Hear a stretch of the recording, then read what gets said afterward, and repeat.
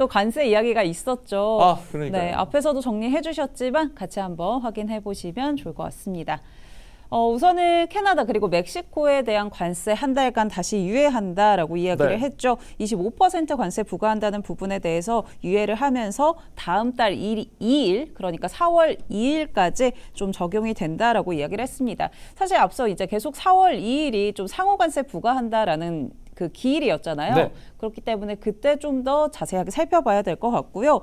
다만 캐나다의 이제 에너지 관세 10% 부과하는 부분 같은 경우는 좀 예외적으로 봐야 될 것 같다라는 보도들이 있었습니다. 그렇기 때문에 이 부분도 한번 체크해 보시면 좋을 것 같습니다. 요거 빼고 저거 빼고 아예 처음부터 다 빼주지.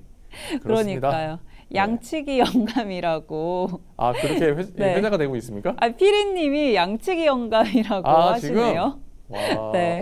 오늘 카피가 좋아요. 오늘 이 댓글들이 아주 그냥 아까 뭐 핸드폰처럼 주식도 접어야 되나 뭐 이런 얘기해 주시고 오늘 카피로 쓸 만한 것들이 되게 많습니다. 네.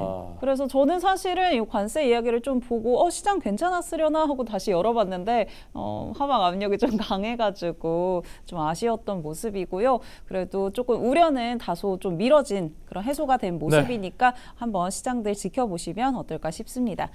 이런 소식들이 있었고 또 이제 트럼프 대통령도 앞서 좀 이야기를 했던 부분이 멕시코에 대해서 딱 언급을 했었습니다. 이제 이 북미 협정에 해당하는 이 멕시코의 제품 관세를 지불할 필요가 없다라고 뭐 이 멕시코 대통령이죠.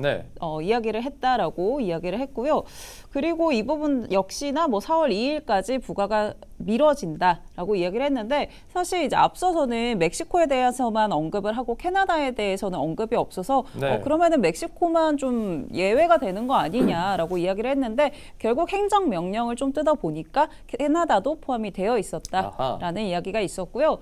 또 캐나다 측에서도 좀 대응을 했습니다. 캐나다 재무장관인데 르블랑 캐나다 역시나 이제 4월 2일까지 이 미국의 관세를 2차례 이제 부과를 한다라고 했잖아요. 우선은 뭐 300억 달러 정도 규모였고 그다음에 1250억 달러 정도 이제 관세를 추가적으로 부과한다라고 이야기했는데 이 두 번째 관세 같은 경우는 4월 2일까지 좀 미루겠다, 부과하지 않겠다라는 입장들을 좀 내놨습니다. 참 그렇습니다. 사실 그리고 멕시코 대통령 같은 경우에는 주말에 미국에 대한 관세 관련해서 뭔가 발표를 한다고 했는데 거기도 약간의 영향을 미치겠네요. 그럼 주말까지 좀 일정들은 살펴봐야겠네요. 관세 일정 관련해서는 월요일에 소식을 좀 전해주시면 또 소식 좋겠습니다. 나오면 전달해드리도록 하겠습니다. 우선은 뭐 캐나다도 이렇게 조금 우호적인 입장을 취했다라는 거 한번 살펴보시면 좋을 것 같고요. 또 그럼에도 불구하고 트럼프 대통령 캐나다 이 트레이더 총리에 대해서는 조금 부정적인 그런 입장을 보였습니다. 똑같습니까? 네, 또 좀 비난하는 모습이었는데 트레이더 총리가 계속해서 총리에 다시 출마하기 위해서 이런 관세 문제를 이용하고 있다라고 좀 이야기를 했는데 사실 이제 트레이더 총리 같은 경우는 사임하겠다라고 이야기를 했는데 이 부분을 계속 이렇게 이야기를 해서 뭐 심지어 좀 보는 재미가 있다 뭐 이렇게 이야기하더라고요. 그래서 뭐 계속해서 조금 언급을 하는 모습인데 한번 살펴봐야 될 것 같습니다. 너무 매너가 없어요. 그냥 막말을 너무 많이 해가지고. 뭐 센텀 독조님이 트럼픽 이런 이야기도 해주셨는데 이렇게 좀 행보를 보이고 있죠. 그러니까요. 안 보고 싶어요. 그래서 이런 이슈들이 있었다라는 거 한번 살펴보시면 좋을 것 같고요. 오늘 시장에 좀 이런 부분들이 긍정적으로 작용할 수도 있지 않을까 한번 기대감도 가져보겠습니다. 그리고 두 번째도 트럼프 대통령 관련해서 좀 가져와 봤는데요. 나토 관련해서도 좀 언급이 있었죠. 이 나토 방위비 공동으로 좀 부담을 한다. 공정한 분담금 내지 않으면은 더 이상 나토 좀 방어하지 않겠다라고 이야기를 했습니다. 뭐 사실 그동안 좀 이제 방위비 그 분담금 관련해서는 조금 이야기가 들어가는 그런 모습들도 있었는데 다시 한번 수면 위로 올라왔다라는 것들 전해드리고 싶어서 간단하게 언급을 해봤고요. 관련 소식 이제 또 추가적으로 나오겠죠.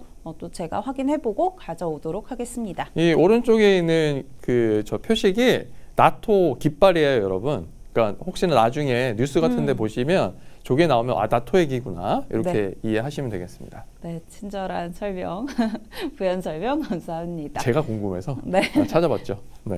그리고 젤렌스키 대통령으로 한번 세 번째는 의외의 인물이 나타났습니다. 우크라이나 관련한 소식들도 좀 있어서 좀 정리를 해봤는데요. 우선은 이 유럽 정상들과 좀 만남이 있었죠.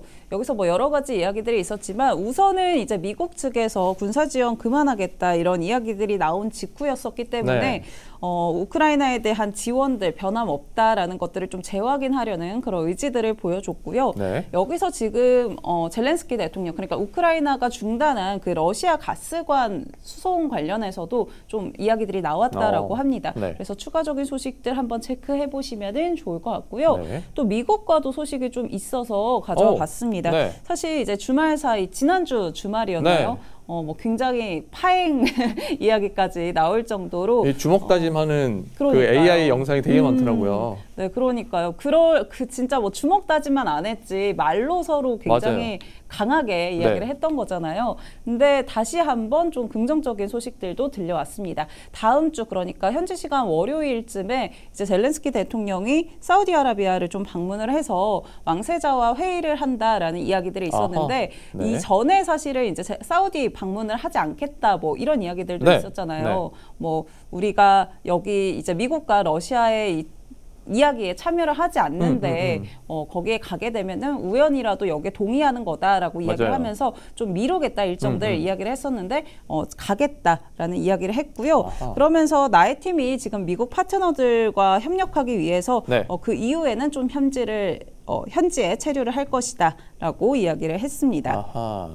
그리고 이 중동 특사죠. 위트코프 같은 경우도 사우디아라비아에서 이제 우크라이나랑 회담 여는 것들 조율하고 있다라는 기자회견이 좀 있었다라고 하니까 다음 주쯤에 다시 한번 이런 재건 관련해서 또 일정들, 종전 관련한 일정들 나오지 않을까 싶은데요.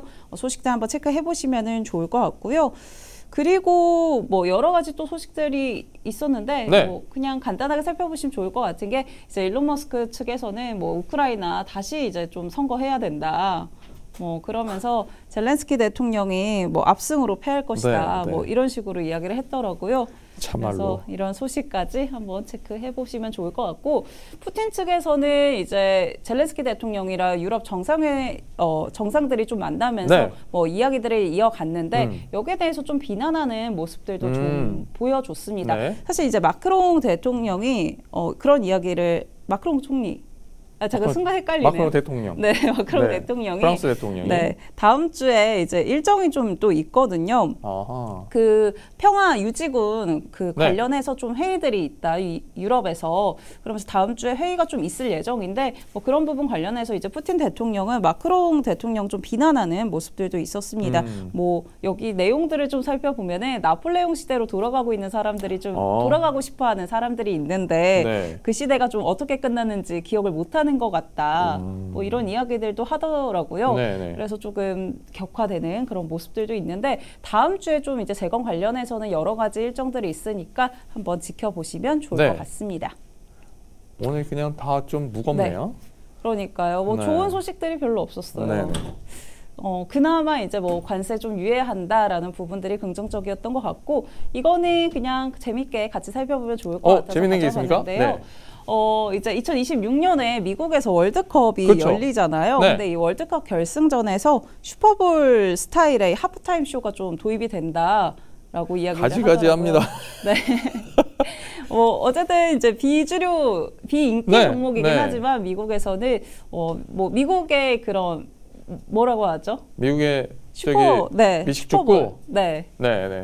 그런 스타일을 좀 도입을 해서 한다라고 하는데 관련해서 좀 어떻게 진행될지 한번 체크해 보시면 좋을 것 같습니다. 우리가 보통 이제 축구 경기를 하면 전반, 후반 있고 이제 하프타임 때 이게 좀 리플레이 영상 보여주고 이게 편안하게 좀 몸을 풀거나 쉬는 분위기인데 거기서 뭔가 한다는 거잖아요. 맞아요. 그리고 그 콜드플레이 멤버가 좀 아트 디렉팅 그 역할을 하면서 좀 뭐 공연을 준비한다고 하니까 그런 부분들도 좀 기대해 보시면 어떨까 싶네요. 요 소식은 우리 박명석 앵커가 어떻게 생각하는지 나중에 한번 물어봐야 되겠습니다. 축구를 또 좋아하니까. 우리 또 축구 매니아잖아요, 박명석 앵커가. 알겠습니다.